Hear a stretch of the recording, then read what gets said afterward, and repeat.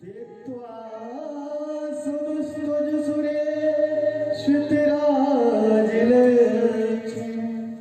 धर्मेष्टयार्यवचसा यद्गादिरण्यं मायामृगं दयिते श्रुतमन्नधावन् वन्दे महापुरुषते चरणारविन्दम्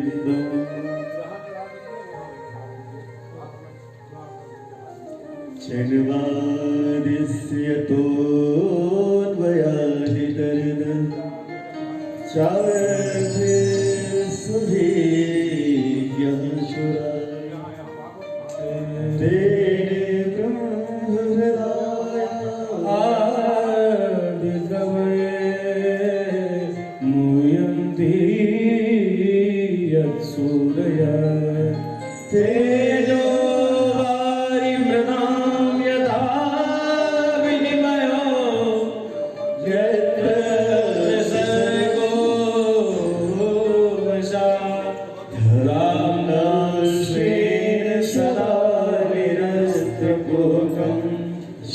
सत्यं वरं धीमहि सच्चिदानन्दरूपाय विश्वोत्पत्त्यादिहेतवे तापत्रये विनाशाय श्रीकृष्णाय वयं नमः व्यासाय विष्णुरूपाय व्यासरूपाय विष्णवे नमो वै ब्रह्महृदये वासिष्ठाय नमो कृष्ण त्वदीय पदपङ्कज पञ्जरान्ते अद्यैव मे नसिराजहंस प्राणप्रयाण समये कफवात पित्ते कंठावरोधन विधो स्वर्णं कुतस्ते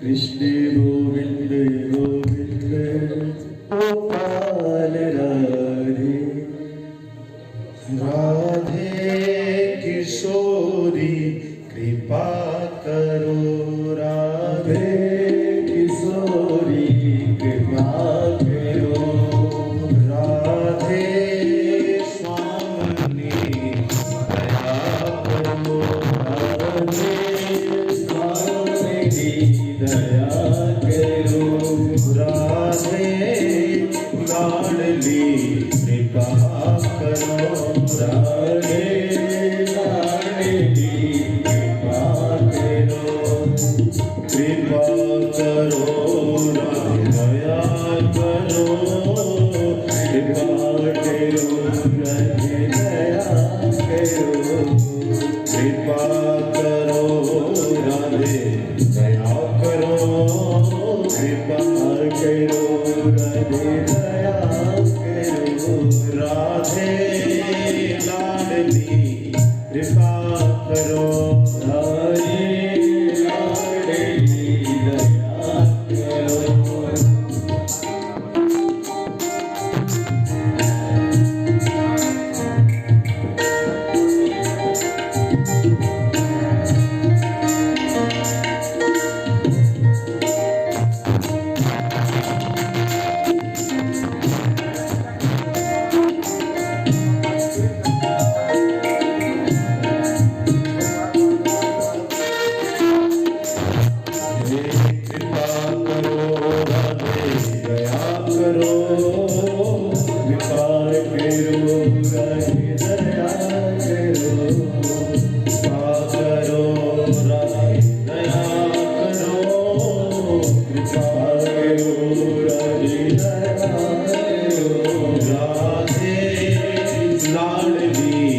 दया करो राधे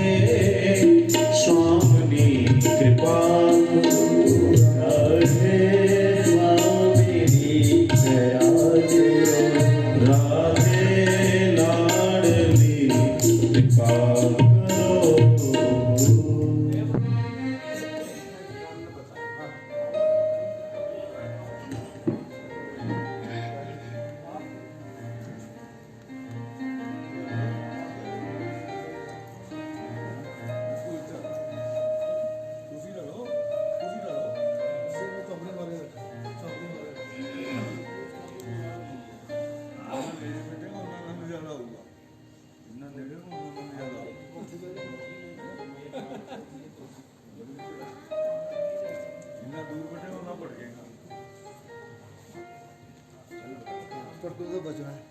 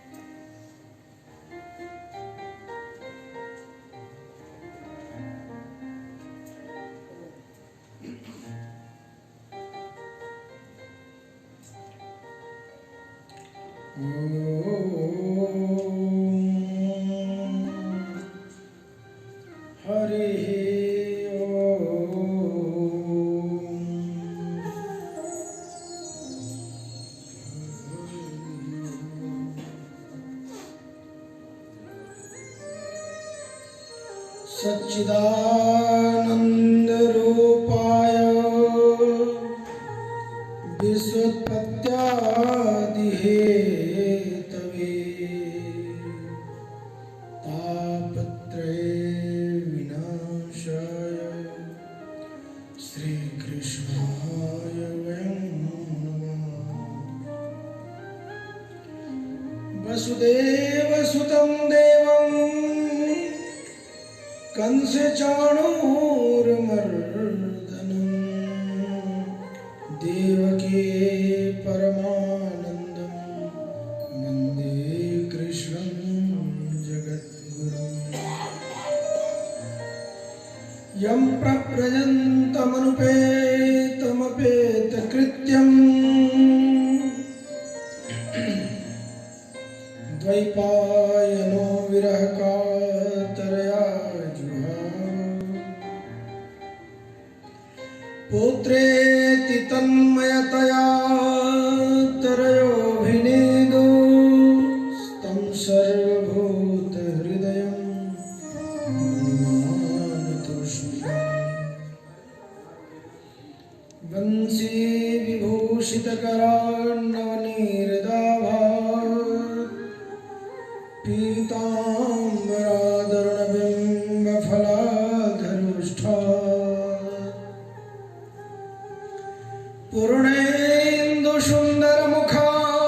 पूर्णेन्दुसुन्दरमुखादरविन्दनेत्रा कृष्णात् परं किमपि तत्त्वमहं न जाने। वराहपीडं नटवरवपुकर्णकर्णिकारं बिभ्रद्वांसः कनककपिशं वैजयन्तीं चमालां रन्ध्रान् वेणुधरसुधया पुरयन्गोपवृन्दैः वृन्दारण्यं स्वपदरमणं प्राविशद्गीतकीर्तिः। गुरुर्ब्रह्मा गुरुर्विष्णु गुरुर्देवो महेश्वरः गुरुः साक्षात् परं ब्रह्म तस्मै श्री गुरुवे नमः। अखण्डमण्डलाकारं व्याप्तं येन चराचरं तत्पदं दर्शितं येन तस्मै श्री गुरुवे नमः।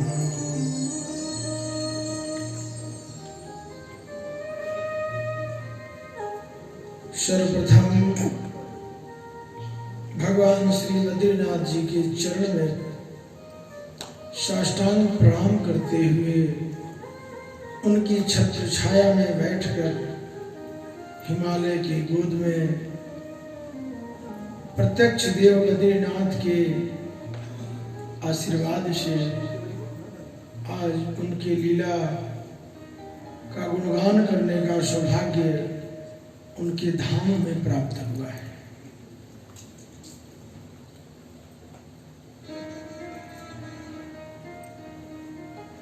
चारों ओर पर्वतों पर देवी और देवता विराजमान हैं। देवताओं के विराजमान के साथ ही परम तपस्वी संत और महापुरुष विद्वान योगी भी विराजमान हैं। भगवान की कृपा से ये संयोग प्राप्त हुआ है और इसका लाभ हम सबको आज प्राप्त हो रहा है। भगवान बद्रीनाथ जी की सानिध्य समस्त जीवों के कल्याण का द्योतक है, कल्याण का मार्ग है। जीवन में बहुत कुछ होता है, लेकिन जब तक ईश्वर की कृपा नहीं होती है तब तक कुछ नहीं होता है।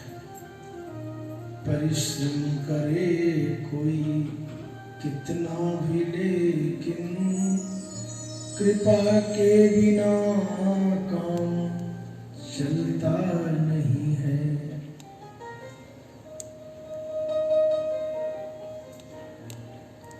समुपस्थित सनातन धर्मावलंबियों, जिज्ञासु आत्माओं, सीता सावित्री अनुसुईया के रूप में विराजमान मातृशक्ति आनंद गंध भगवान श्री कृष्ण चंद्र की अमृतमयी, ज्ञानमयी और मोक्षमयी श्रीमद् भागवत कथा का रसपान कर रहे चराचर जगत के जड़ और चेतन, सबको शुभ मंगल, सबको शुभ मंगल।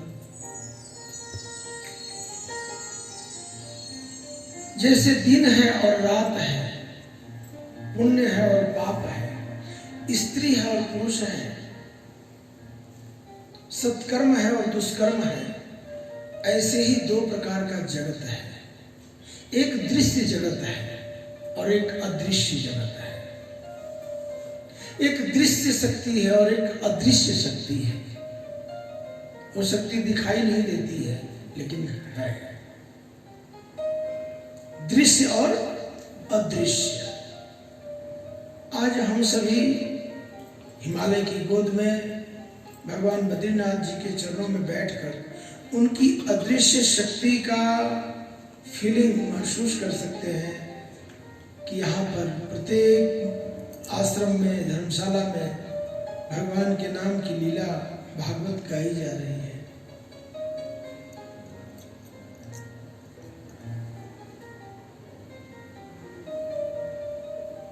पूर्व जन्म के अवश्य किसी पुण्य का फल है।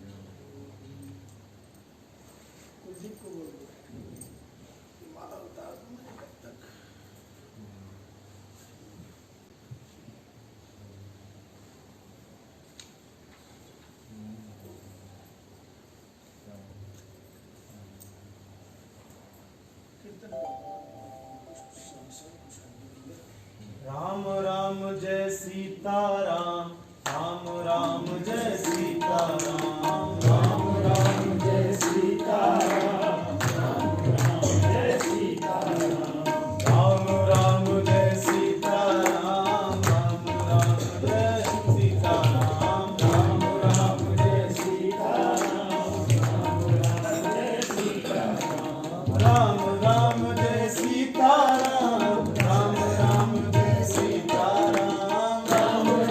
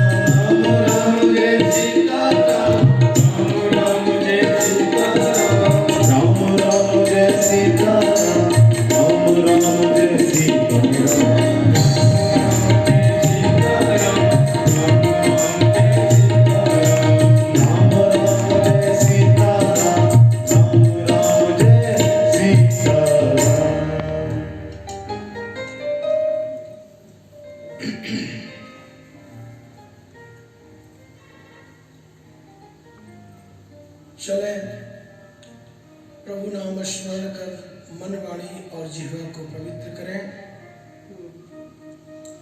अब सौंप दिया इस जीवन का सब भार तुम्हारे हाथों में। सौंप दिया इस जीवन का सब भार तुम्हारे हाथों में। सौंप दिया इस जीवन सब भार तुम्हारे हाथों में। अब सौंप दिया इस जीवन का सब भार तुम्हारे हाथों में। है जीत तुम्हारे हाथों में, है हार तुम्हारे हाथों में।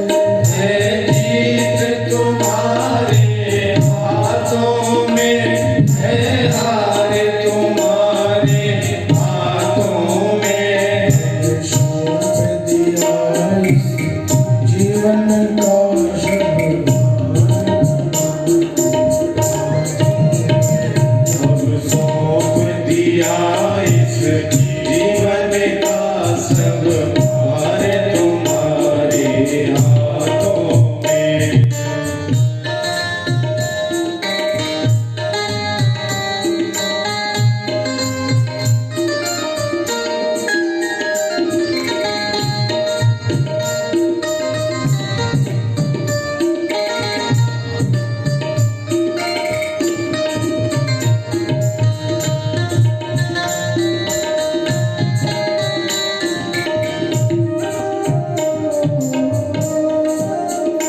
मेरा निश्चय बस एक यही, एक बार तुम्हें पा जाऊं मैं।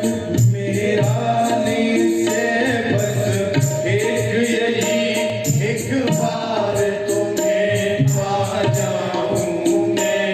अर्पण कर दूं दुनिया भर का सब प्यार तुम्हारे हाथों में। अर्पण कर दूं दुनिया भर का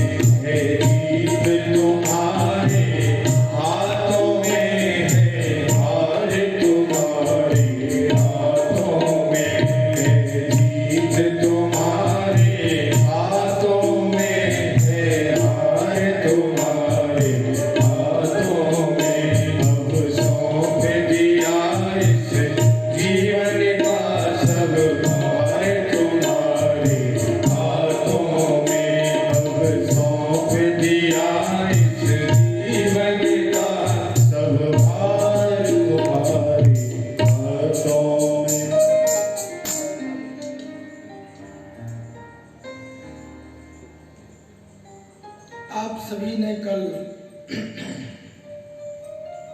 सृष्टि खंड को सुना। सृष्टि का विस्तार का क्रम क्या है?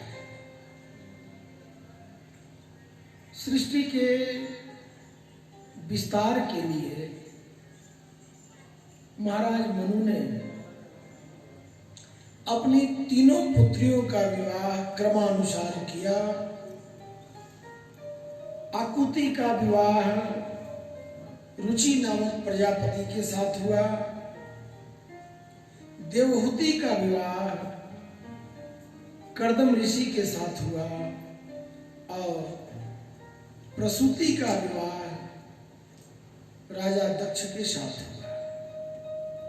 तीन पुत्रियां आकुति, देवहूति और प्रसूति, तीनों का विवाह महाराज मनु ने योग्य, परम तपस्वी, परम ज्ञानी, परम बुद्धिशाली, धीर गंभीर महर्षि कर्दम ऋषि के साथ आकुति का, देवहूति का विवाह किया। यद्यपि कर्दम ऋषि ने विवाह के लिए मना कर दिया, लेकिन ब्रह्मा जी प्रकट होकर के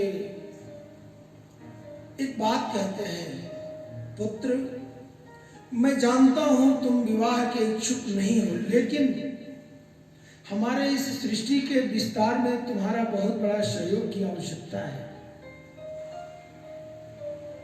तुम विवाह के लिए मना मत करना। पिता की बात मानते हुए कर्दम ऋषि ने विवाह किया। श्रीमद् भागवत जी का यह कर्दम देवहूति विवाह का जो प्रसंग है बड़ा अद्भुत है।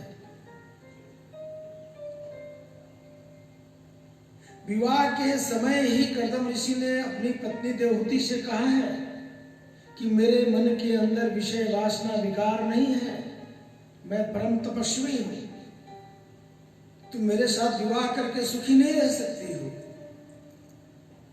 क्योंकि स्त्रियों के अंदर, महिलाओं के अंदर कामनाएं बहुत होती हैं, इच्छाएं बहुत होती हैं। देवहूति ने अपने मन को मार लिया और कहा, पतिदेव आप जैसा कहेंगे मैं वैसा जीवन जीने को तैयार हूं। इस प्रसंग को बड़ा ध्यान से सुनना। और हुआ क्या? विवाह करके देवहूति को लेकर के आए। बिंदु सरोवर में उनकी कुटिया थी गुजरात में, आए और विवाह करने के बाद पत्नी के साथ कोई वार्तालाप, मिलना जुलना, उठना बैठना कुछ नहीं। अपनी कुटिया में साधना में लग गए और प्रतिदिन उनकी पत्नी देवहूति जंगल से लकड़ियां इकट्ठा करके हवन के लिए रख देती थी। एक बार भी अपने पति के सामने नहीं गई। बहुत समय बीत गया, बहुत समय बीत गया, सैकड़ों वर्ष बीत गए। एक दिन हुआ क्या?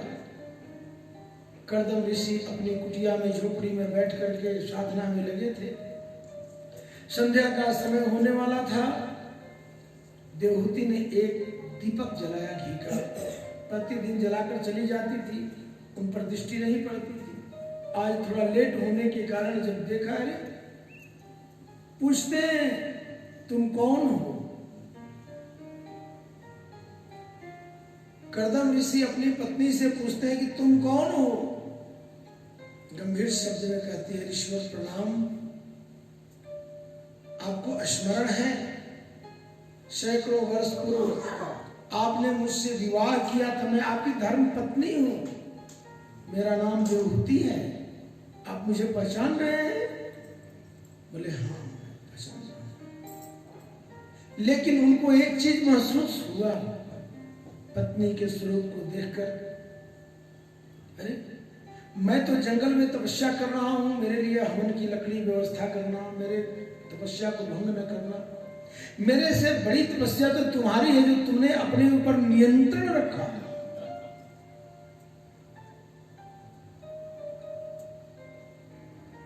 और ये क्या तुम्हारी बड़ी बड़ी जटाएं लटकी हुई हैं? कैसा तुमने स्वरूप बना रखा है? बड़ा अद्भुत शब्द कहा है देवहूति ने। पति देव, इस निर्जन वन जंगल में आप तपस्या में लीन हो गए, मैं किसके लिए श्रृंगार करूं, क्यों बालों को कंघी करूं? मेरे पति तपस्या में लीन हैं और मैं नाना प्रकार के व्यंजनों को भोगूं, नाना प्रकार के वस्त्र आभूषणों को धारण करूं, ये पत्नी की शोभा नहीं देता है। अपनी सारी मन की बातें कह डाली। कर्दम ऋषि को महसूस हुआ कि अरे मैं विवाह करके ले आया इसको और इसके साथ कहीं कोई जबरदस्ती जाती तो नहीं हो रही है मेरी ओर से, मैं अपने कर्म से अलग तो नहीं हो रहा हूं। पूछा, बोलो तुम्हारी क्या इच्छा है? पति ने पूछा है, बोलो तुम्हारी क्या इच्छा है? देवहूति ने कहा, पति देव, आप परम तपस्वी परम ज्ञानी ब्रह्मा के पुत्र हैं और मेरे मन की समस्त इच्छाओं को आप जानते हैं, मुझे बोलने की जरूरत नहीं है। एक गृहस्थ व्यक्ति क्या चाहता है? उसके बच्चे हो, उसका परिवार हो, पति के साथ रहे, और क्या इच्छा होती है? कहा अच्छा ठीक है, कोई बात नहीं। तुरंत स्मरण किया आंख बंद करके और एक विशाल विमान आकर के खड़ा हो गया। उस विमान का वर्णन ध्यान से सुनिएगा, भागवत जी में जैसा वर्णन मिलता है। हजारों नौकरानियां उस विमान में विद्यमान हैं। भोजनालय बना हुआ है उस विमान के अंदर, जहाज के अंदर। एक बहुत बड़ा बगीचा है, गार्डन है विमान के अंदर, बहुत बड़ा बगीचा है। उस विमान के अंदर बहुत बड़ा तालाब है नहाने के लिए, सरोवर, पवित्र शुद्ध जल का। और विमान के दरवाजे खिड़की मोतियों और मणियों के बने हुए हैं और विमान मन की गति से चलता है, बिना ड्राइवर का, बिना पायलट का है। पति पत्नी दोनों सवार हुए विमान में। 2 आदमी की सेवा के लिए 1000 बंदे थे उसमें। विचार करिए, सेवा कितने बंदे की करनी है? 2 बंदे की। उस सरोवर में ले गई नौकरानियां, नौकरानियों ने ले जाकर के दासियों ने स्नान कराया, सुंदर वस्त्र और आभूषण देवहूति को पहनाया और कर्दम ऋषि के साथ भ्रमण के लिए विमान उड़ गया। कर्दम ऋषि अपने पत्नी को प्रसन्न करने के लिए कि जो मैंने इतनी साधना आराधना किया है, ये सब तुम्हारे कारण संपन्न हो पाया है। पत्नी अगर सपोर्ट न करे पति की साधना आराधना में, वो एक दीपक नहीं जला सकता बंदा। इसलिए जो पति के पतन का कारण न बने, जो पति को पतित होने से रोक ले, उसको कहते हैं पत्नी। जो हरदम पति पर तनी रहे, उसको पत्नी नहीं कहते हैं। तुमने ये नहीं किया, वो नहीं किया, वो नहीं किया। पत्नी का अर्थ है जो पति को पतित होने से बचा ले, पतन का कारण न बने, उसे कहते हैं पत्नी। जो धर्म के रास्ते पर पति को ले चले, प्रेरित करे, प्रेरणा दे, साथ चले, उसे कहते हैं धर्म पत्नी। धर्म पत्नी लिखा जाता है ना, धर्म पत्नी।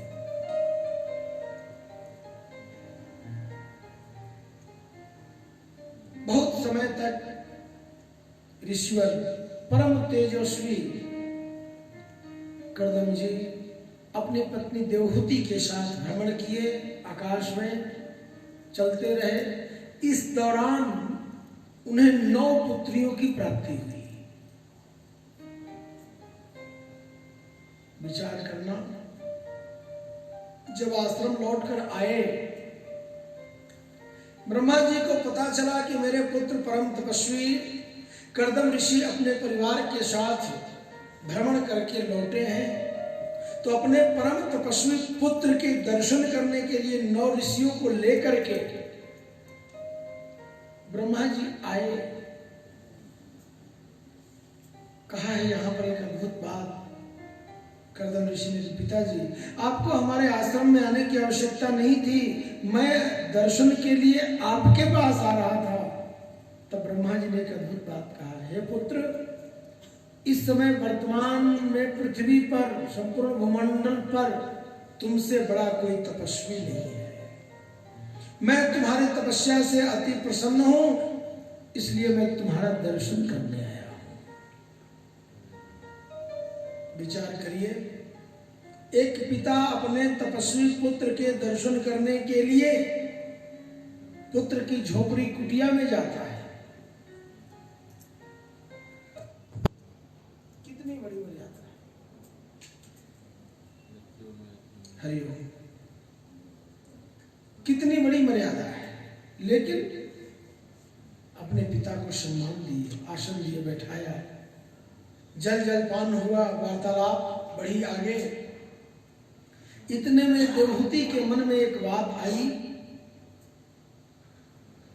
और अपने पति से कह डाला, आपके पिता ब्रह्मा आए हैं, 9 पुत्रियां हैं और 9 पुत्रियों का विवाह के लिए कुछ विचार कर रहे हैं आप।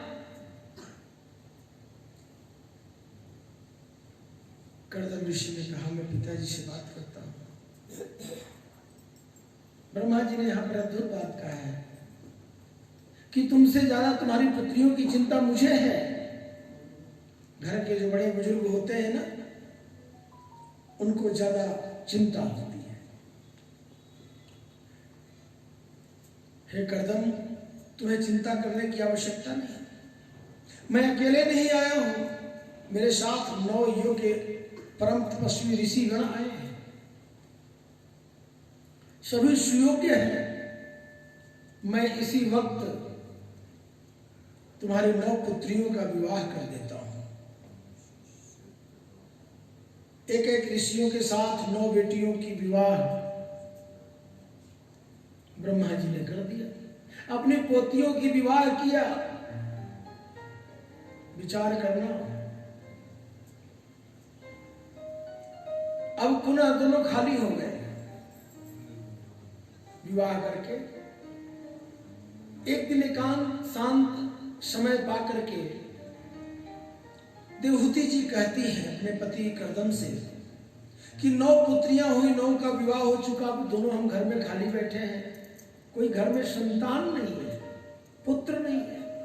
करदम ऋषि ने कहा, देखो तुमने एक बार मन की इच्छा जाहिर की, मैंने सारी व्यवस्था तुम्हारी कर दी, अब तुम्हारी अगर दोबारा मन की इच्छा है तो तुम एक काम करो, जाकर के तपस्या करो। भगवान श्री हरि नारायण की तुम जाकर तपस्या करो। पति ने मार्गदर्शन किया और पत्नी बैठ गई, यानी देवहूति जी बैठ गई। नाम क्या है उनका? देवहूति। देवहूति का अर्थ जानते हैं क्या है? देवहूति, जो देवता को आहूत कर ले, बुला ले, प्रकट कर ले, उसका नाम है देवहूति। देवहूति तपस्या में बैठी और तपस्या में बैठ करके साक्षात भगवान श्री हरि नारायण को प्रकट कर दिया। प्रकट कर दिया। विचार करिए, भारतीय स्त्री में, माताओं में कितनी शक्ति है। प्रकट कर दिया। भगवान प्रकट हुए और बोले कि वरदान मांगो, क्या दूंगा तुम्हें? बोलिए। आप जैसा मैं पुत्र चाहती हूं। देवहूति ने क्या कहा भगवान से? मैं आप जैसे पुत्र चाहती हूं। भगवान ने कहा है तुम कुछ और मांग लेती, मैं तो एक हूं, मैं, मेरे जैसा दूसरा कोई हो नहीं सकता।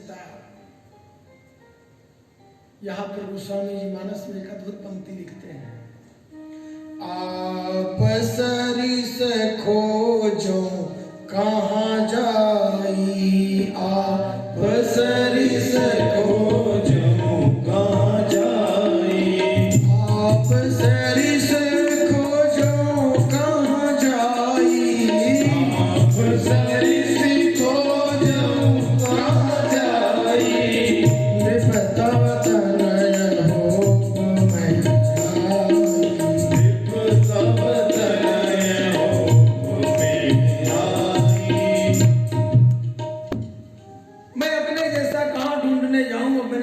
दे दिया है तो मैं तुम्हारे पुत्र के रूप में जन्म लूंगा। आदिदेव प्रभु दीन दयाला, आदिदेव प्रभु दीन दयाला, आदिदेव प्रभु दीन दयाला, आदिदेव प्रभु दीन दयाला। जठर धरे उजही कपिल कृपाला, जठर धरे उजही कपिल कृपाला, जठर धरे उजही कपिल कृपाला। जठर धरे उजही कपिल कृपाला। आदिदेव प्रभु दीन दयाला, आदिदेव प्रभु दीन दयाला। आदिदेव प्रभु दीन दयाला। भगवान श्री हरि नारायण दीन दयाल देवहूति के जठर यानी गर्भ में प्रवेश कर गए। समय बीता और देवहूति ने एक सुंदर स्वस्थ बालक को जन्म दिया। अद्भुत सौंदर्य, मुख पर जैसे सैकड़ों सूर्य का तेज चमक रहा है, बाल घुंघराले, भूख मिट गई, प्यास समाप्त हो गई।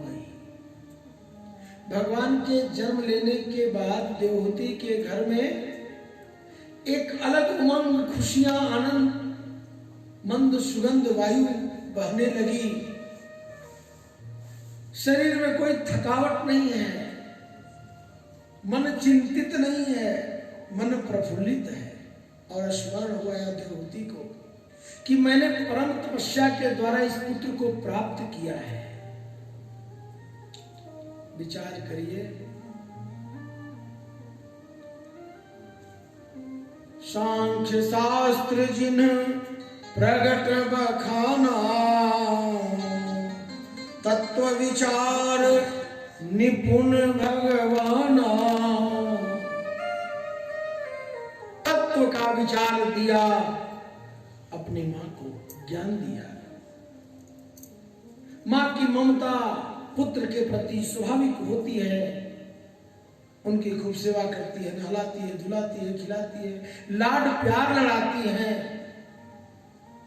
मां की ममता होती है पुत्र के प्रति, संतान के प्रति, वो सब भगवान के प्रति देवहूति कर रही है।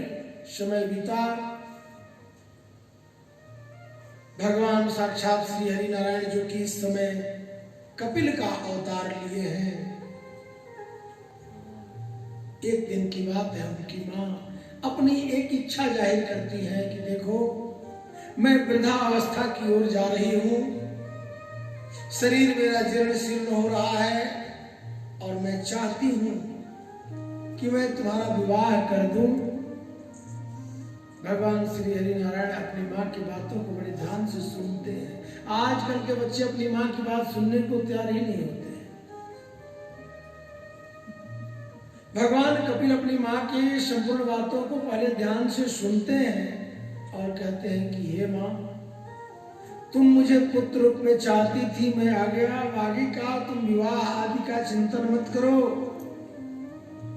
ये मोह माया है। मोह सकल व्याधिन कर मूला। तुम मोह मत करो हे मां, तुम भजन करो। और एक बात मैं बता दूं, तुम्हारी सेवा मैं करूंगा, तुम्हारी सेवा मैं अपने हाथों से करूंगा, उसकी चिंता मत करो। ये आशा मत करो कि कोई बहू आएगी तो करेगी। आजकल के बहुएं सास को एक गिलास पानी नहीं देती, उल्टे सास ही जो है बहू को गिलास लेके पानी खड़ी रहनी पड़ती है।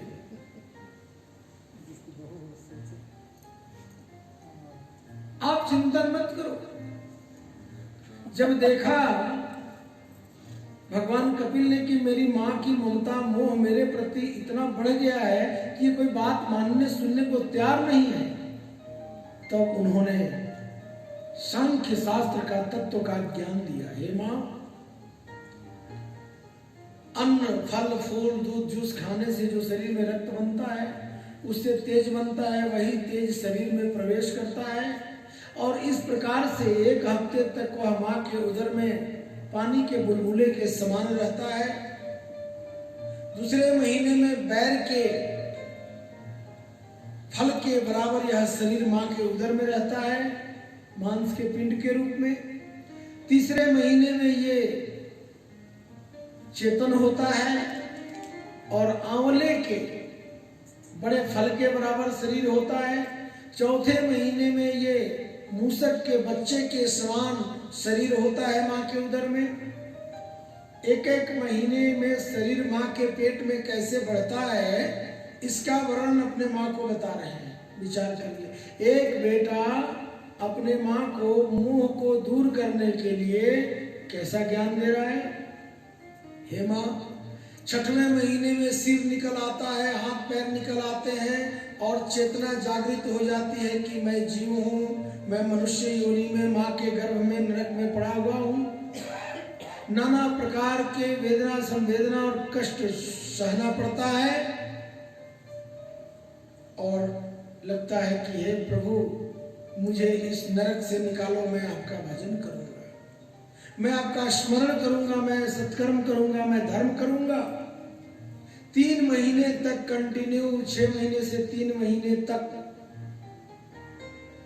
प्रत्येक जीव मां के उदर में भगवान से नाना प्रकार के वायदे करता है। वायदे बताएं कि तुमने क्या क्या अपने मां के उदर में वायदा किया है। मैं कभी पाप नहीं करूंगा, मैं कभी झूठ नहीं बोलूंगा, मैं कभी अधर्म नहीं करूंगा। मां के उदर में प्रत्येक जीव जो भगवान से वायदा करता है, एक एक वायदा श्रीमद् भागवत जी में लिखा हुआ है कि तुम लोग क्या क्या वायदा करके आए हो। लेकिन जैसे ही 9 महीने के बाद बालक बालिका मां के गर्भ से उत्पन्न होता है, श्री हरि नारायण की जो माया है, वो माया जो है वो उसे लपेट लेती है, ग्रसित कर देती है और सारे वायदे उसको भुला देती है और वह वायदा भूलकर सत्कर्म का, पूजा का, पाठ का, धर्म का, मुक्ति का, भक्ति का, प्रेम का, परोपकार का, सद्भावना का, ये सब भूल करके केवल लोभ मोह मद अहंकार में डूब जाता है। मैं करने लगता है, ईर्ष्या क्रोध करने लगता है, दुष्कर्म पाप कर्म में लीन हो जाता है, जिससे पुनः उसको नरक की प्राप्ति होती है। इतना बड़ा ज्ञान अपनी मां को दिया। हे मां, तुम भजन करो, तुम ईश्वर का चिंतन करो, तुम्हें क्या कमी है। श्रीमद् भागवत में सांख्य शास्त्र के दर्शन को कपिल गीता के नाम से जाना जाता है। हमारा शरीर कैसे बना, कैसे चलता है, कैसे नष्ट होता है और इसकी गति क्या होती है, इसका संपूर्ण वर्णन एक पुत्र अपनी मां को बता रहा है। देहाती भाषा में तारा है कहल जला लोग कि हमरे जामल हमरे को सिखावता जी, यही ना बोलते हैं तुम लोग, देखा हमारे जामल हमरे भी सिखावत है। देवहूति के से उत्पन्न देवहूति का पुत्र भगवान कपिल आज अपनी मां को ज्ञान दे रहे कि मैं कैसे तुम्हारे शरीर में प्रवेश किया, 9 महीने तुम्हारे शरीर में मैं कैसे रहा और मैंने क्या क्या सोचा, क्या क्या आकर के मुझे करना है। मुझे तुम मोह माया में मत लपेटो मां, तुम्हारी सेवा मैं करूंगा। और अद्भुत बात जानते हैं, अपनी मां की अंतिम सांस तक श्री हरि नारायण जो कि भगवान कपिल के रूप में अवतार लिए हैं, अपनी मां की सेवा किया है। अपने गोद में लेकर नहलाया है, धुलाया है, खिलाया है, पिलाया है और कहा है मां मैं कुछ कर थोड़ी ना रहा हूं, जब मैं बच्चा था तो तुमने मुझे गोद में लेकर के नहलाया, खिलाया, पिलाया। अब तुम बुजुर्ग हो गई हो तो मैं कर रहा हूं। हम अपनी ओर से कुछ नहीं कर रहे हैं। मैं जब बालक था तो तुमने मेरा कितना ख्याल रखा, सच बोलना। रखा ना ख्याल, खिलाना, पिलाना, नहलाना, पिलाना, XYZ सब सेवा किया। अब तुम चल नहीं सकती, फिर नहीं सकती, उठ नहीं सकती, तो अब मेरा फर्ज है, मेरा दायित्व है, माय रिस्पॉन्सिबिलिटी, ये मेरी जिम्मेदारी है। और अपने पुत्र के पास, पुत्र के सानिध्य में उन्होंने अंतिम सांस लिया। बिंदु सरोवर गुजरात में, सिद्धपुर में।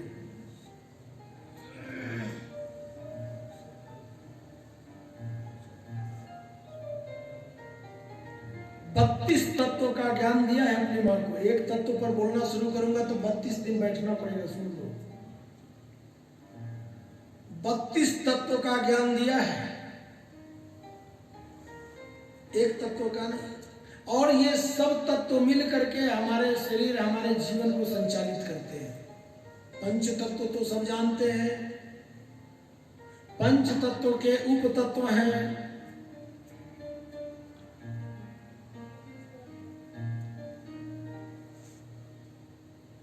सारी रासायनिक प्रक्रिया बताया है, ज्ञान दिया है। मेडिकल साइंस को बिल्कुल खोल के रख दिया है। पढ़ने पर लगता है कि देखिए आज मेडिकल साइंस जिसकी रिसर्च कर रहा है, हमारे श्रीमद् भागवत जी में भरा पड़ा है। हरे शरणम, हरे शरणम, हरे शरणम, हरे शरणम,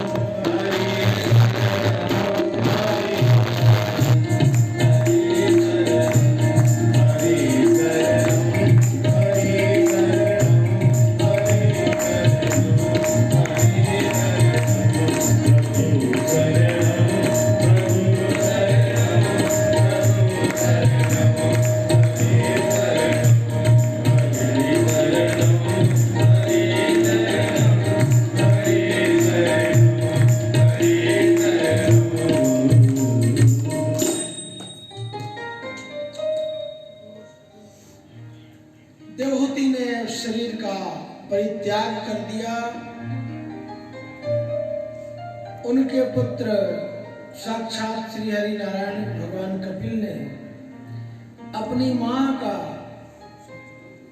पूर्ण संस्कार किया, श्राद्ध कर्म किया। आज भी बिंदु सरोवर में गुजरात में नाना नानी का, माता का पिंडदान किया जाता है जाकर के। भगवान जिनसे उत्पन्न हुए उनका अंतिम संस्कार अपने हाथों से किया।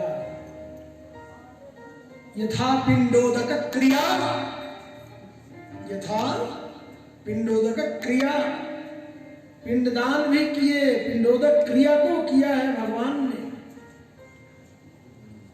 पिंडदान राजा नेमि ने शुरू किया। पिंडदान भगवान राम ने किया अपने पिता का गया में जाकर। भगवान को भी कर्मकांड करना पड़ता है, कर्मकांड से भाग नहीं सकते।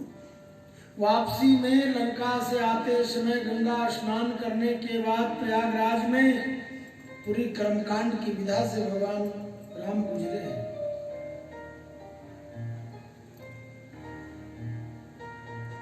अपने पितृगणों के निमित्त जो लोग भी जो दान करते हैं, पुण्य करते हैं, श्रद्धा के अनुसार, यथाशक्ति के अनुसार। गया में तो प्रमाण है, जब साक्षात राजा दशरथ खड़े हो गए, सीता से कहने लगे मुझे पिंड दो। तो आटा लेने जौ का गए, अभी आटा नहीं है, रहा नहीं गया। सीता ने घूंघट कर लिया, आगे मेरे ससुर खड़े हैं, कैसे पिंडदान करूं, और मैं इंतजार नहीं कर सकती। बालू का पिंड बना करके देना शुरू कर दिया। हमारे पूर्वज जिनके हम रक्त हैं, जिनके हम अंश हैं, वो भी हमसे आसान्वित रहते हैं। जेनेटिक सिस्टम, जनरेशन सिस्टम कभी समाप्त नहीं होता है।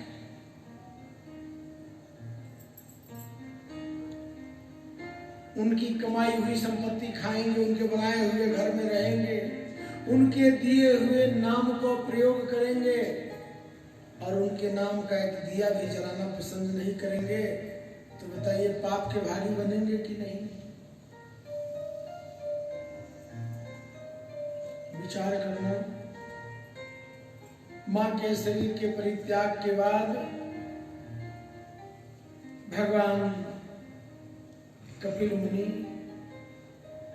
एकांत शांत में तपस्या करने के लिए समुद्र के मध्य में एक टापू पर चले गए। उस टापू का आजकल नाम है गंगा सागर।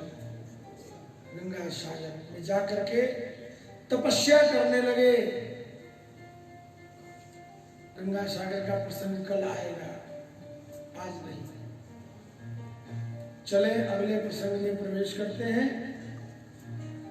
इसके बाद महाराज मनु के कन्याओं के वंश का वर्णन मिलता है, जिसमें उनकी सबसे छोटी पुत्री प्रसूति के वंश का वर्णन मिलता है। जो रुचि नामक प्रजापति के साथ उनकी सबसे बड़ी बेटी थी, उनका संक्षेप में वंश वर्णन मिलता है।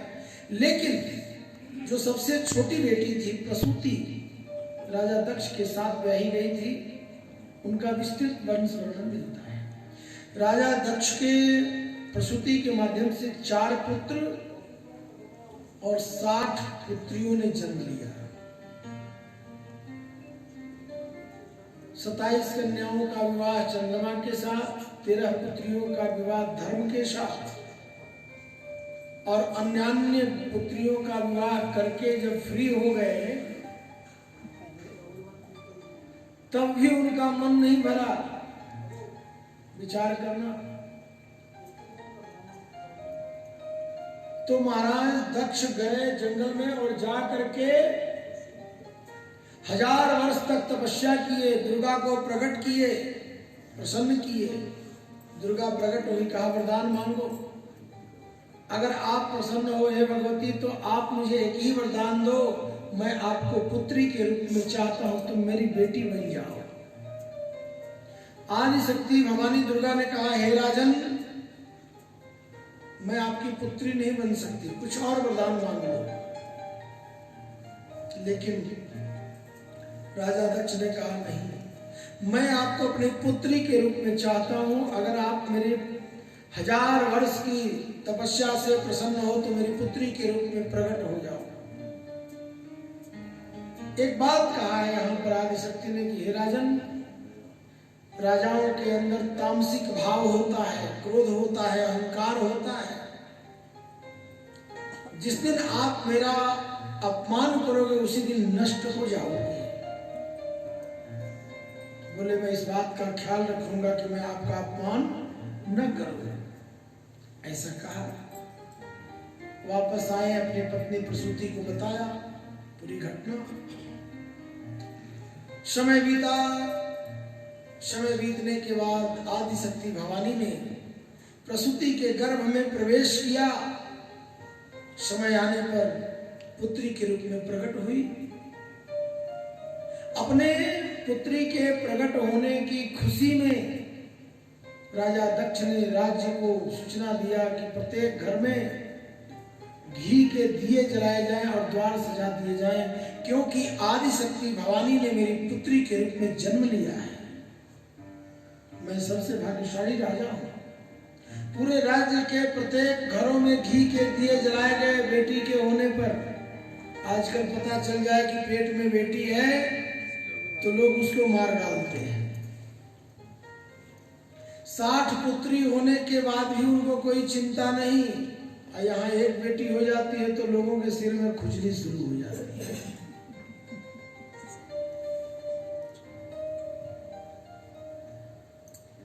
जबकि देखें आप ध्यान से तो सृष्टि का सारा महत्वपूर्ण कार्य मातृशक्ति के पास है। धर्म की ध्वजा भी मातृशक्ति फहराती है। अर्थव्यवस्था की स्वामिनी मां भगवती लक्ष्मी है। ज्ञान की स्वामिनी मां भगवती सरस्वती है। रक्षा की स्वामिनी मां भगवती दुर्गा है। सब कुछ मातृशक्ति के पास है।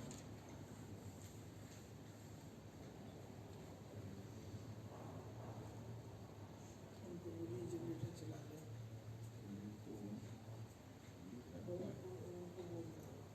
जनरेटर वास्ते तब तक आप लोग कीर्तन करिए।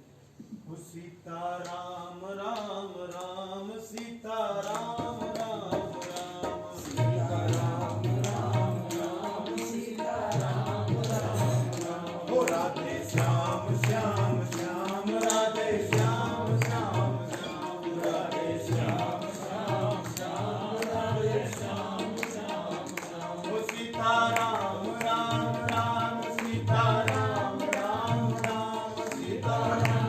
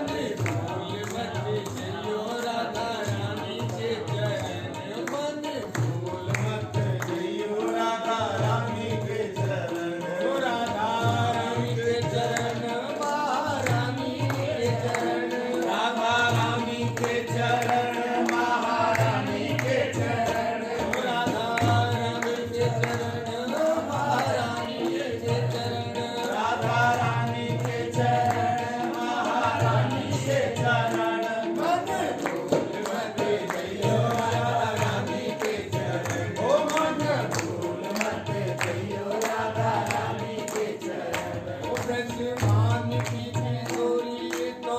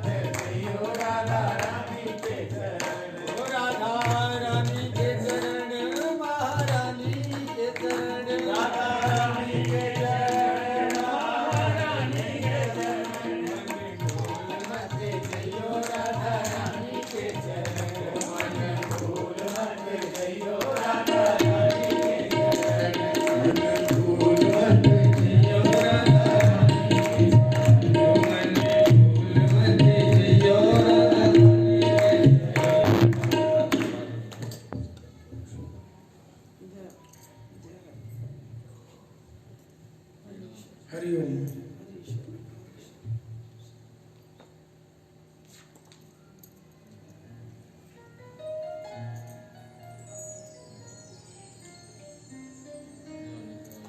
जब कभी मौका मिलता है सुंदर जीवन के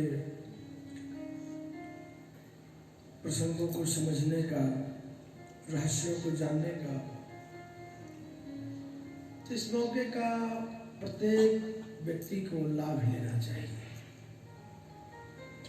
इतनी सुंदर सुंदर सीख, ज्ञान, नॉलेज, संस्कार भागवत जी से प्राप्त होते हैं जिसकी कोई सीमा नहीं है।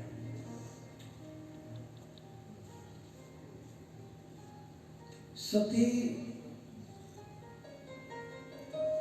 अपने पिता राजा दक्ष की सबसे छोटी पुत्री है और जितना लाड प्यार राजमहल में उनको प्राप्त हो रहा है,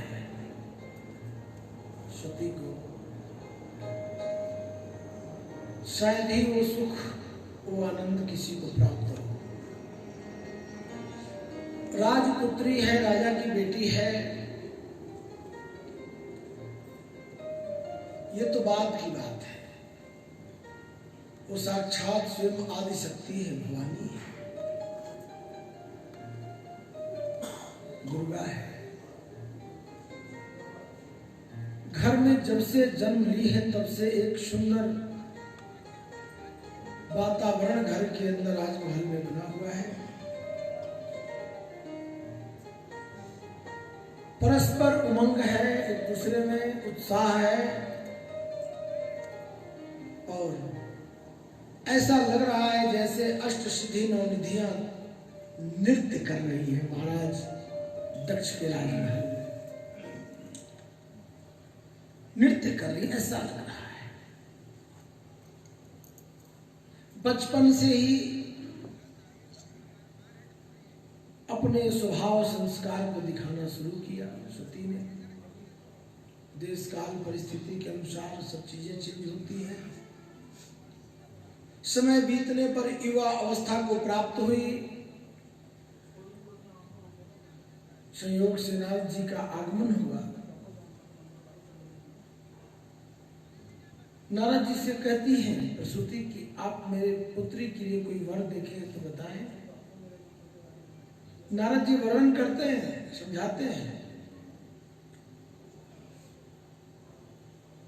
कि आपकी पुत्री का विवाह तो ऐसे ऐसे करके है, योग बनता है। सप्तऋषिगण आते हैं, भगवान शिव के पास जाकर के निवेदन करते हैं, प्रभु आप विवाह का अनुमति प्रदान करें। एक पूरी प्रक्रिया जो विवाह में अपनाई जाती है वो प्रक्रिया अपनाई जाती है और बड़े ही धूमधाम से भगवान शिव का विवाह, भोलेनाथ का विवाह सती के साथ होता है। सती विदा होकर के चली जाती हैं कैलाश पर्वत। कैलाश पर्वत जाने के बाद उनके मन में इच्छा होती है एक दिन की, हे पतिदेव हम आपके साथ कहीं भ्रमण करते हैं, चलिए। उस समय त्रेता युग लग चुका है, त्रेता युग लग चुका है। भगवान शिव कहाँ लेकर जाएं पत्नी को, विचार किए कहाँ लेकर जाए। मन में विचार आया कहाँ ले जाए, कहाँ ले जाए। बोले चलते हैं इनको लेकर के कुंभज ऋषि के पास। बहुत चंचल है सती, इसके मन को थोड़ा विश्राम मिलेगा। राजपुत्री है ना, चंचल है, राजा की बेटी है, चंचल है। एक बार त्रेता युग माही, एक बार त्रेता युग माही, शंभु गए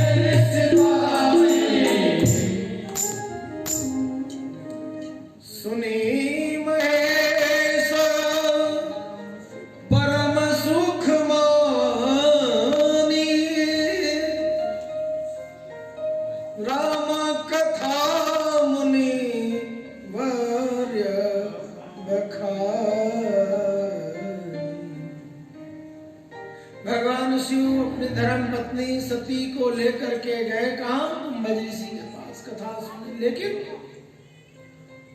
चले भवन सन दक्ष कुमारी, सती का मन कथा सुनने में नहीं लगा। गोस्वामी जी ने लिख दिया, आई भवानी बनकर के और गई दक्ष कुमारी बन के। आते समय क्या लिखा? भवानी, भव की पत्नी, भव यानी भगवान शिव, और जाते समय उनके बाप का नाम लिख दिया। चले भवन सन दक्ष कुमारी, बोले इसके अंदर अहंकार है, मन कथा में नहीं लगा। आगे चले, ठीक उसी समय अद्भुत घटना घट गई। भगवान राम सीता की खोज में दंडकारण्य में भटक रहे थे। आदमी तो दंडकारण्य में कोई था नहीं, क्या करते बेचारे प्रभु? तो पशुओं से, पक्षियों से, वृक्ष और लताओं से पूछते हैं, हे खग मृग हे मधुकर श्रेणी, हे खग मृग है मधुकर श्रेणी, तुम देखी सीता मृग नैनी। हे मधुकर श्रेणी, खग मृग, पशु पक्षी, तुम बताओ सीता को देखा? ठीक उसी समय दृष्टि भगवान शिव की पड़ गई प्रभु राम पर। बोले अब इनके सामने जाना तो उचित नहीं, दूर से ही हाथ जोड़ करके मन ही मन किन्न प्रणामा, मन ही मन प्रणाम कर दिए। सती ने देख लिया और सती के मन में संशय बढ़ गया, अद्भुत संशय बढ़ा। शंकर जगत वंदे जगदीशा, शंकर जगत वंदे जगदीशा, सुर नर मुनि सब नामत सीसा, सुर नर मुनि सब नामत सीसा, शंकर जगत वंदे जगदीशा,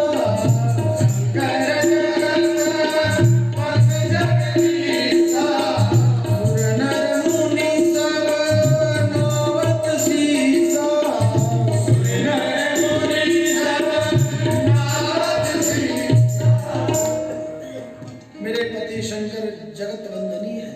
लेकिन इनको लगता है कुछ और हो गया है। क्या हो गया है? बोले दो राजकुमारों को, वनवासी राजकुमारों को प्रणाम करते हैं।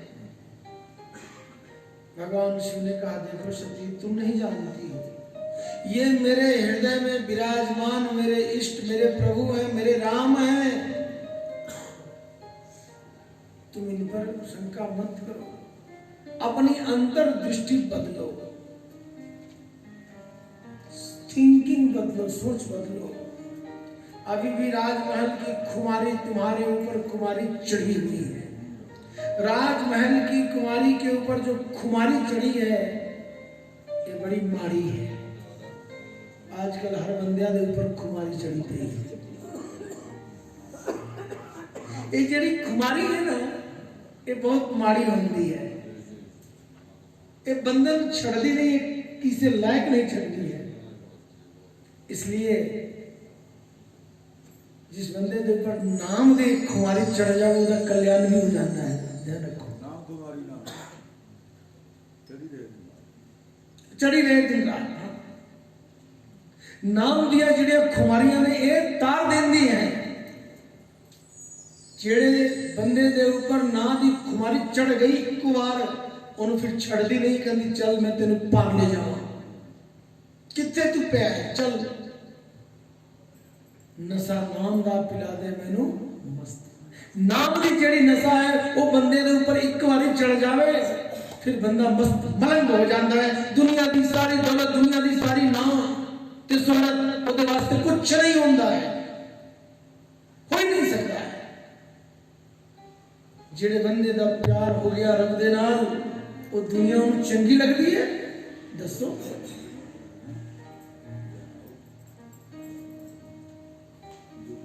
ਉਹਦੀ ਨਸ਼ਾ ਕਦੇ ਉਤਰਦੀ ਨਹੀਂ ਹੈ, ਕਦੇ ਵੀ ਨਹੀਂ ਉਤਰਦੀ ਹੈ। ਜਦੋਂ ਵੀ ਰੰਗਾਈਆਂ ਅੱਖੀਆਂ ਜਦੋਂ ਦੀ ਹੈ तो निकालना पड़ेगा।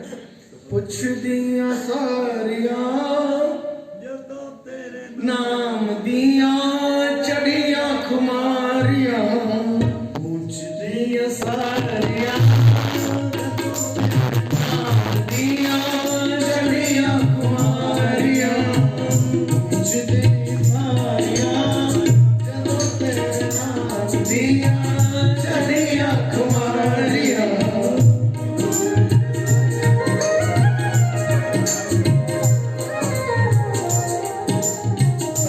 सतगुरु नाम दिया चढ़िया खुमारियां, साडे सतगुरु चढ़िया खुमारियां, कितों मेरे नैया अखां पोछ दिया सारियां, कितों मेरे नैया अखां पोछ दिया सारियां।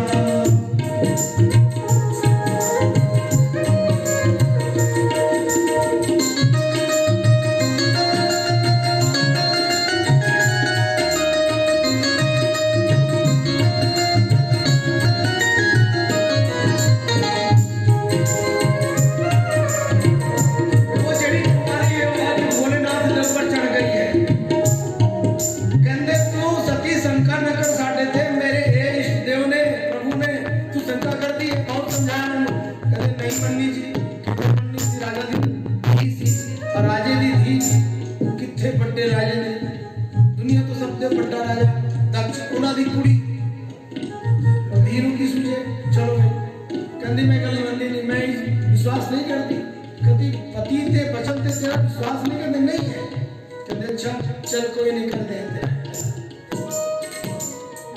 कहते जो तुम्हारे मन आती संदेह हो, जो तुम्हारे मन आती संदेह हो, तो किन जाई परीक्षा ले हो, तो किन जाई परीक्षा ले हो, तो किन जाई परीक्षा ले हो, किन जाई परीक्षा ले हो। भगवान शिव ने कहा ये ऐसे मनोगी नहीं भाई, ना ना ना ना, इसने मनना नहीं है, वरना मानेगी नहीं। उपाय निकाल दिया, बट वृक्ष के नीचे बैठ करके राम नाम का जप शुरू कर दिए। अब बोले देखो तुम मान नहीं रही हो ना, तुम्हारे मन में शंका संदेह है ना, डाउट है ना? बोले हाँ। तो बोले तुम जाओ खुद परीक्षा ले लो। सती बड़ी खुश हो गई, क्योंकि किसी भी महिला को इजाजत दे दो अपनी मन मर्जी करने को, जो तुम्हारी मर्जी से कर लो, खुश हो जाती है, खुश हो जाएगी। बोले कौन मत हमारे पकड़ो, ये एटीएम कार्ड जाओ शॉपिंग कर लो, खुश हो जाएगी। कौन तुम्हारा मत हमारे, जाओ अपनी मर्जी का ले लो सामान लो, खुश रहो भाई, खुश रहो, शांत रहो, बस बात मत बचाओ।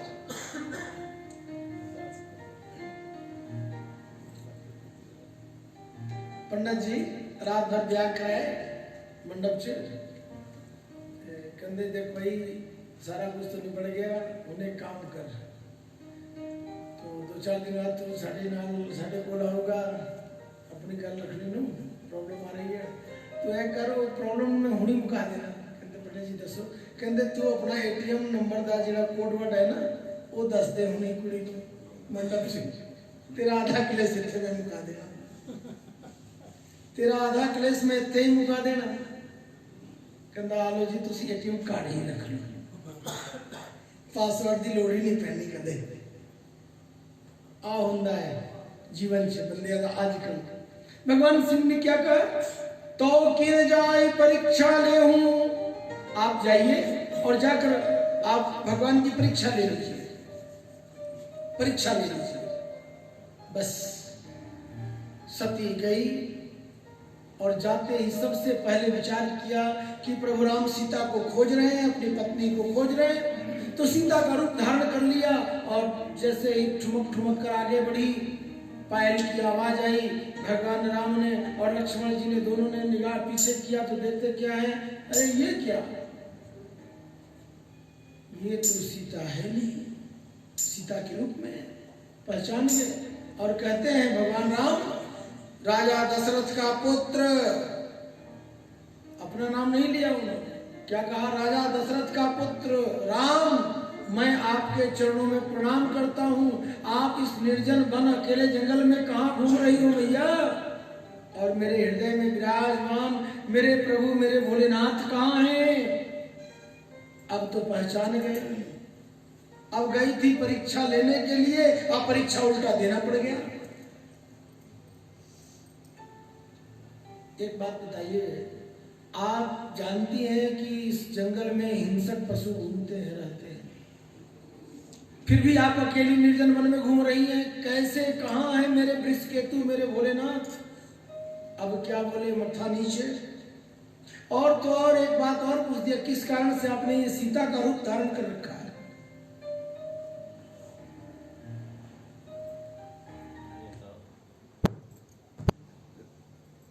कौन सा ऐसा कारण है कि आपने सीता का रूप धारण कर रखा है? इसलिए संशय और शंका जीवन में नहीं करना चाहिए।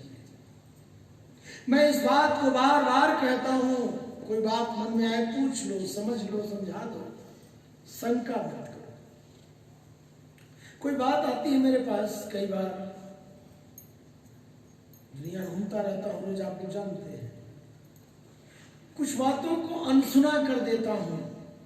अनसुना की सुना ही नहीं मैंने, कुछ सुनकर पूछ लेता हूं, कुछ सुनकर समझ लेता हूं, कुछ सुनकर समझा देता हूं। मिसअंडरस्टैंडिंग, गलतफहमी बहुत बड़ी रोग है, और उस रोग की कोई दवा नहीं बनी है। कोई बात है, मैंने बोला ओपन पूछो मेरे से, मैं बैठा हूं आपके बीच में हूं, भागता नहीं हूं, पूछो तो सही, जानो तो सही, हमें क्या दिक्कत है भाई? भगवान शिव ने यही तो समझाया। लेकिन चंचल बन होने के कारण सती नहीं मानी, और जब वापस लौटी तो भगवान ने पूछा कैसे परीक्षा लिया? दोबारा फिर झूठ बोल देती है सती यहां पर चंचलता के कारण, कि कछु न परीक्षा लेने गोसाई, किन्ह प्रणाम तुम्हारे नहीं। अरे मैंने कोई परीक्षा नहीं लिया, मैं तो जैसे आपने उनको प्रणाम किया था मैंने भी जाकर प्रणाम कर लिया। लेकिन बट वृक्ष के नीचे बैठे हुए देवाधिदेव महादेव अजर अमर अविनाशी अनंत के स्वामी सब कुछ जान लेते हैं, अंतर्यामी, और जानने के बाद कहते हैं कि बस यही तन सती भेंट नाही। भगवान शिव ने मन ही मन संकल्प कर लिया, शिव संकल्प किन मन माही, परित्याग कर दिया। अरे तुमने तो मेरे इष्ट पर शंका कर दिया, अब पति पत्नी का व्यवहार हमारा तुम्हारा नहीं रहेगा। समाधि लगा ले जाकर के उधर। दूसरी ओर क्या हुआ, प्रयागराज में एक बहुत विशाल देवगुरु बृहस्पति ने यज्ञ रचाया, उसमें समस्त देवी देवताओं को बुलाया गया। भगवान शिव जी भी आए, ब्रह्मा जी भी आए, सब आए। उस मनवंतर के राजा बना दिए गए थे महाराज दक्ष, ब्रह्मा जी के द्वारा। देवताओं के राजा उस मनवंतर के बना दिए गए थे राजा दक्ष। सभा लगी हुई थी, सभी राजे महाराजे देवी देवता विराजमान हैं। उसी के मध्य में एकाएक प्रवेश करते हैं महाराज दक्ष, और जैसे ही राजा दक्ष सभा में आते हैं यज्ञ में, सभी देवी देवताओं के स्वागत में खड़े हो जाते हैं, हाथ जोड़कर प्रणाम करते हैं, उनको वंदना स्तुति करते हैं। लेकिन ब्रह्मा जी के पास बैठे हुए भगवान शिव वार्तालाप में व्यस्त होने के कारण राजा दक्ष की तरफ देखे भी नहीं, क्यों आए हैं, और सब लोग खड़े होकर स्वागत करेंगे। इस चीज को नोट कर लिया राजा दक्ष ने कि मेरे दामाद ने मेरे इतने बड़े यज्ञ में सम्मान में गुस्ताखी किया, मेरे को प्रणाम नहीं किया, मेरा स्वागत नहीं किया। और क्रोधित होकर कहते हैं कि तुमने मेरा अपमान किया है। राजा दक्ष से और शिव गणों से वाद विवाद होता है। भगवान शिव ने कहा कुछ मत कहो, इनकी बुद्धि ऐसे है, रहने दो। ये ससुर जी हमारे समझने वाले नहीं है, इनको अहंकार है। दक्ष का अर्थ आप लोग जानते हैं क्या होता है? दक्ष किसे कहा जाता है? दक्ष का देसी भाषा में अर्थ बताऊं आपको। देसी भाषा में आप लोग कहते हैं देहात में चालाक आदमी, चालाक, चालाकी करने वाला। दक्ष का मतलब स्पेशलिस्ट। दक्ष मतलब स्पेशलिस्ट, विशेषज्ञ, चालाक, चतुर।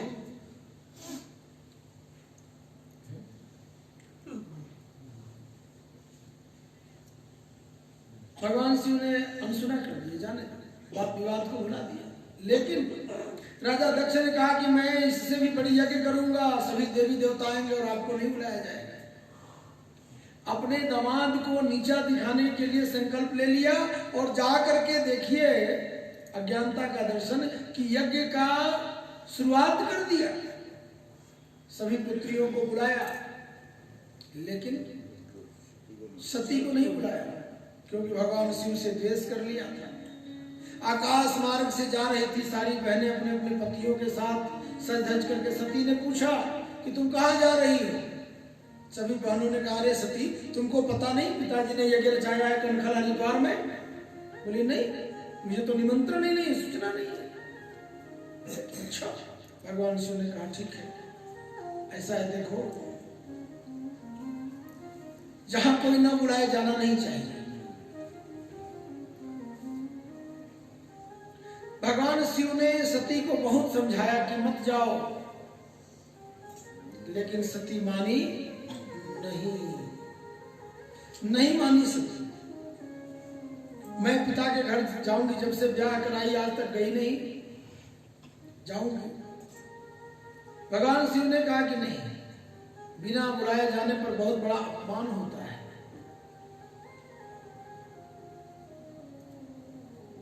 उचित नहीं है जाना। मानी नहीं समझी।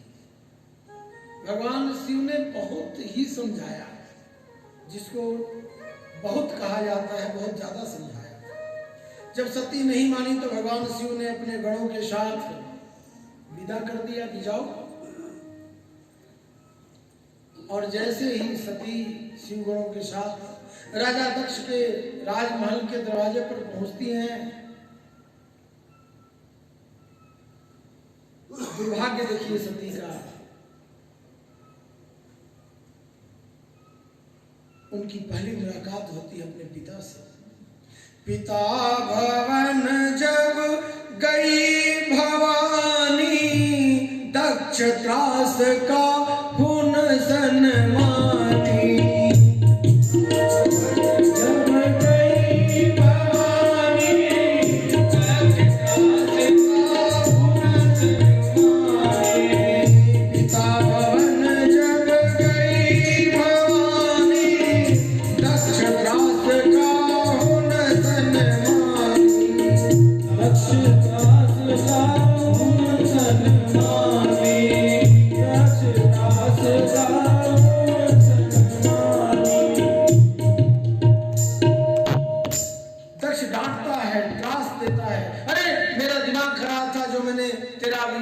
शमशान में रहने वाले, बिना वस्त्र के घूमने वाले, सांप बिच्छू के साथ रहने वाले के साथ कर दिया था। मेरी मति मारी गई थी, मैंने तुझे बुलाया नहीं, तू क्यों आई? अपने पुत्री का अपमान करने लगे महाराज दक्ष। और ये शब्द जब उनकी पत्नी सुनती है प्रसूति, अंदर से निकलती है, अरे ये क्या? जिस पुत्री को पाने के लिए महाराज आपने हजारों वर्षों तक जंगल में तपस्या किया, प्रकट किया, आज उसका अपमान कर रहे हैं, आप भूल गए? आपने कहा था कि कहा है शक्ति ने कि जिस दिन मेरा अपमान करोगे तुम्हारा विनाश हो जाएगा। प्रसूति ने राजा दक्ष को ये बात याद दिलाई है। लगता है महाराज विधि विपरीत हो गए आपके। और ये कहते हुए अपने पति को पहली बार मारा है, धक्का जोर से। प्रसूति ने राजा दक्ष को पीठ के पीछे से मारा है जोर से, और जाकर के उनका सिर लड़ गया है, खंबे से सिर फूट गया है। बोले आज तक मेरी पत्नी ने मुझे ओए नहीं कहा था, आज मार दिया। बोले आपने आज घर आई हुई पुत्री का अपमान किया और ये सामान्य पुत्री नहीं है, ये आदि शक्ति दुर्गा है। मैं डर रही हूं कहीं आपका जीवन नष्ट ना हो जाए। सतर्क हो जाओ महाराज। घर आई हुई पहली बार जब से ब्याह करके गई है तब से पहली बार आ रही है।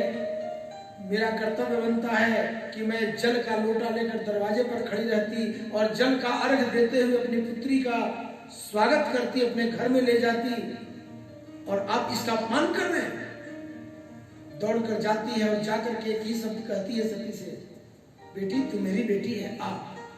हृदय से लगा करके रुदन करने लगती है, कहती तेरे पिता का दिमाग खराब है, इनकी बातों को दिल से मत लेना, ये तो ऐसे रोज कहते रहते हैं, डांटते रहते हैं, इनकी आदत पड़ गई है, ये ऐसे ही कहते हैं, अपने पिता की बातों को मत सुनना, तू मेरी बेटी है ना।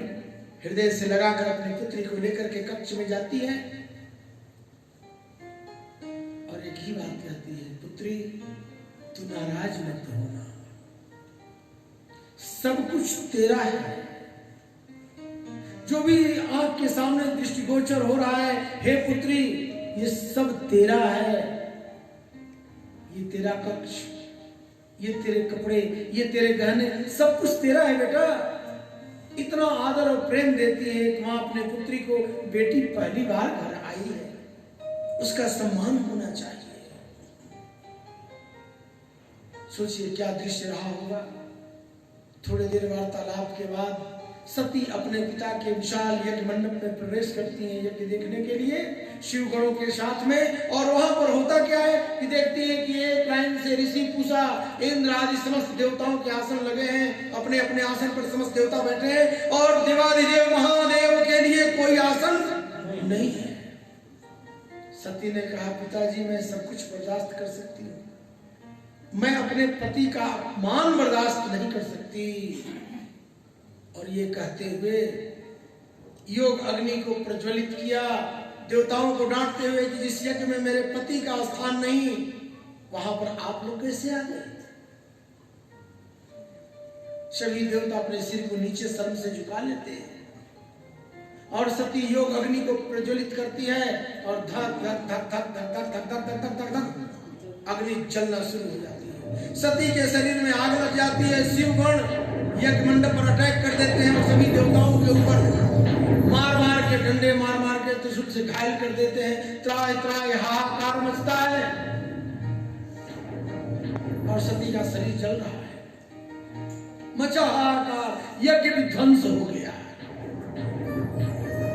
सभी देवता प्राण बचाकर इधर उधर भागने लगे। श्री हरि नारायण देखे कि स्थिति संभल नहीं रही है और सती के शरीर में आग लगा हुआ है, छुए कौन, जाए कौन नजदीक, ये भवानी है। श्री हरि नारायण ब्रह्मा जी को लिए और जाकर के कैलाश पर्वत पर भगवान शिव की स्तुति करने लगे। त्राहिमाम रक्षमाम रक्षमाम। कैलाश के निवासी नमो बार बार हूँ, नमो बार बार हूँ, आयो शरण तिहारी प्रभु तार तार। कैलाश के निवासी नमो बार बार हूँ, नमो बार बार हूँ, आयो शरण तिहारी प्रभु तार तार हो। कैलाश के निवासी नमो बार बार हूँ, नमो बार बार हूँ, आयो शरण तिहारी प्रभु तार तार हो। आयो शरण तिहारी प्रभु तार तार हो।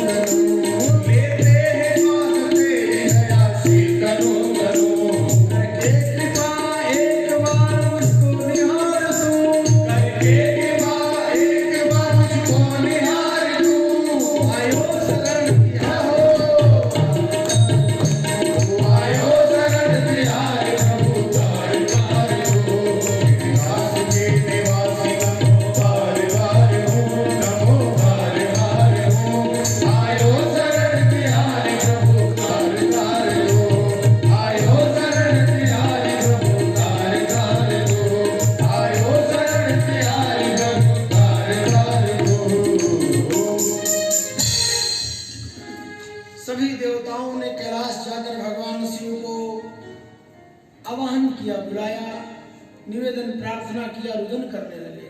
भगवान शिव आए।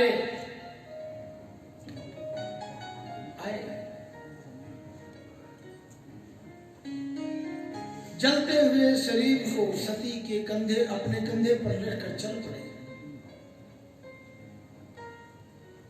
ब्रह्मा जी की दृष्टि पड़ गई, अरे ये क्या, सती के जलते हुए शरीर को भोलेनाथ अपने कंधे पर लेकर जा रहे हैं। ये अगर कहीं भगवान शिव के शरीर में न लग जाए। भगवान श्री हरि नारायण की ओर देखते हुए इशारा किया, हे चक्र सुदर्शनधारी, लीलाधारी, कुछ कृपा करिए।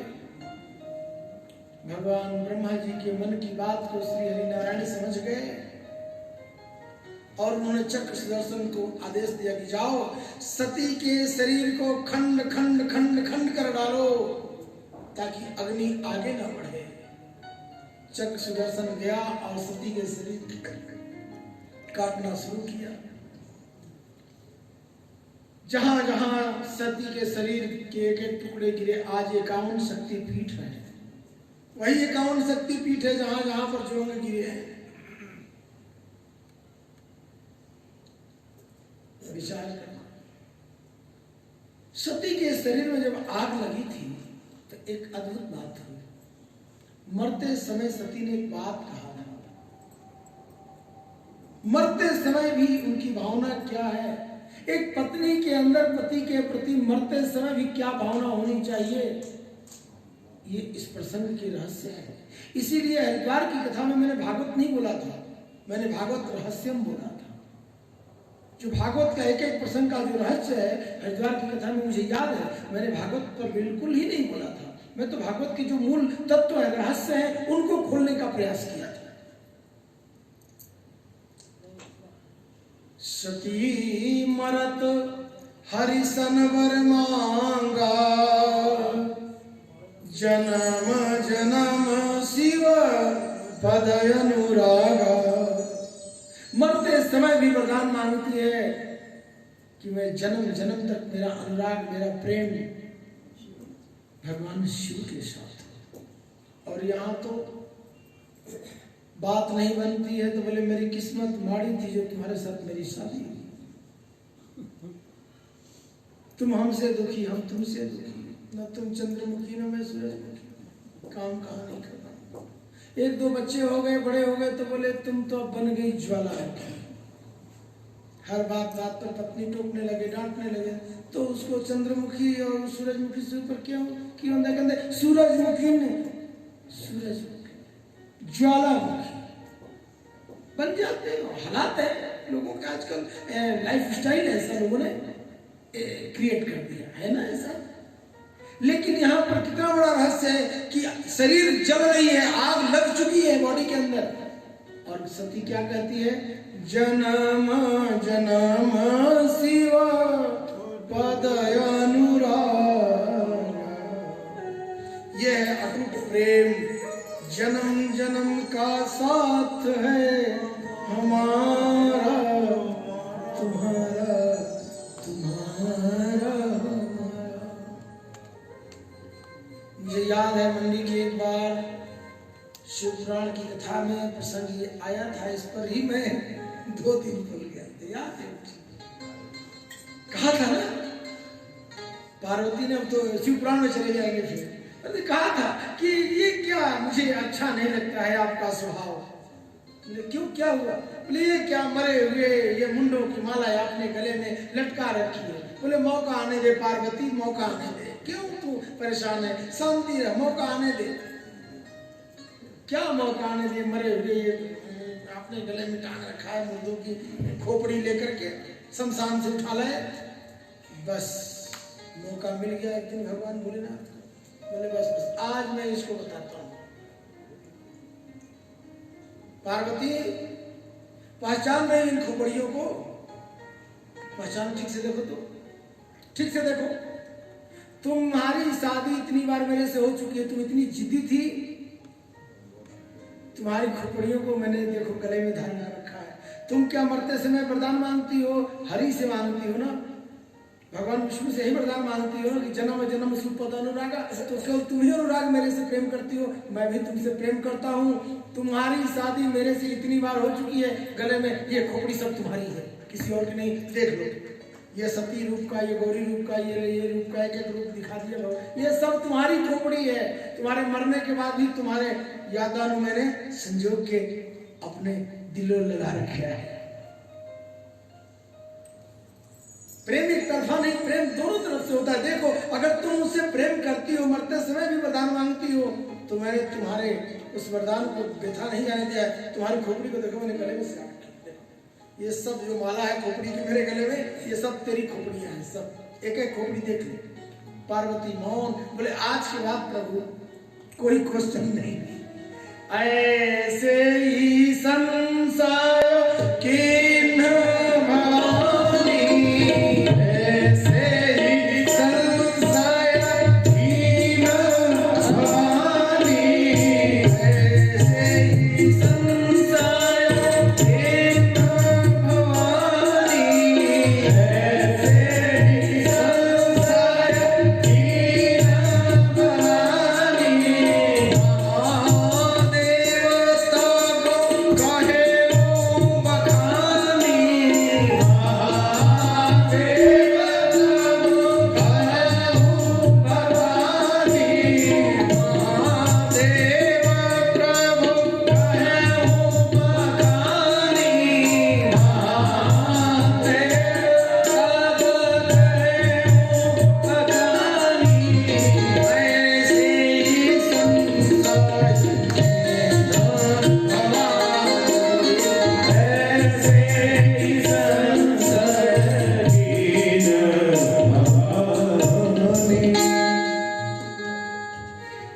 भगवान शिव चले गए कैलाश पर्वत पर और पीछे क्रोधित होकर जो जटा उखाड़कर पत्थर पर पटका था भगवान शिव ने, एक स्त्री और एक पुरुष प्रकट हुए थे, भद्रकाली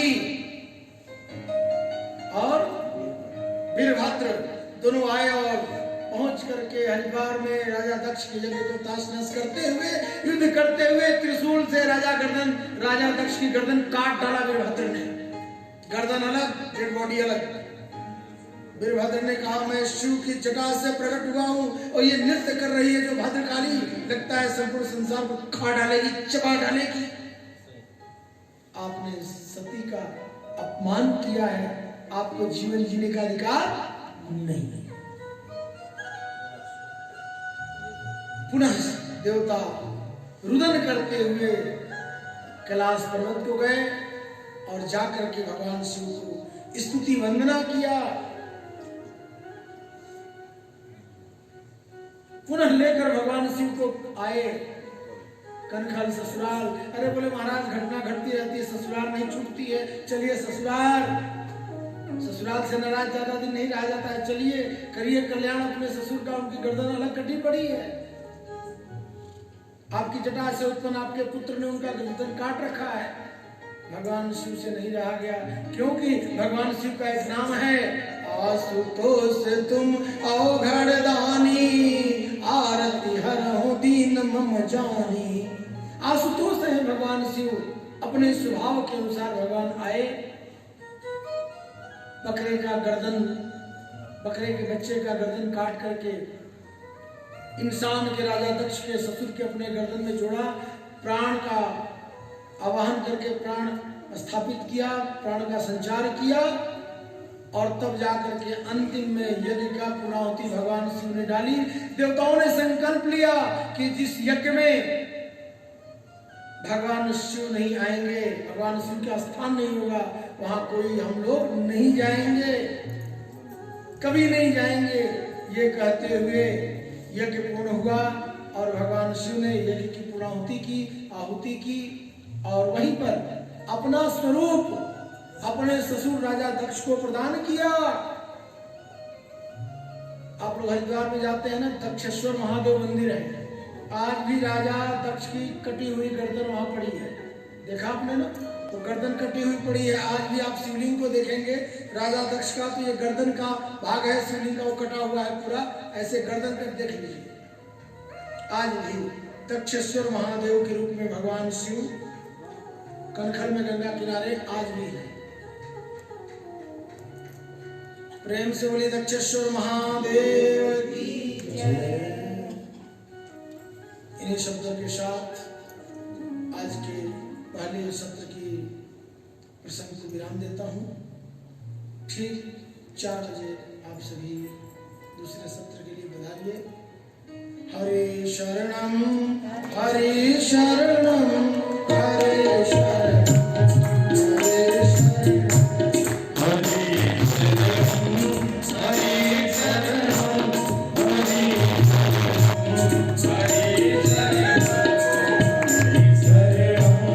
हरे शरणम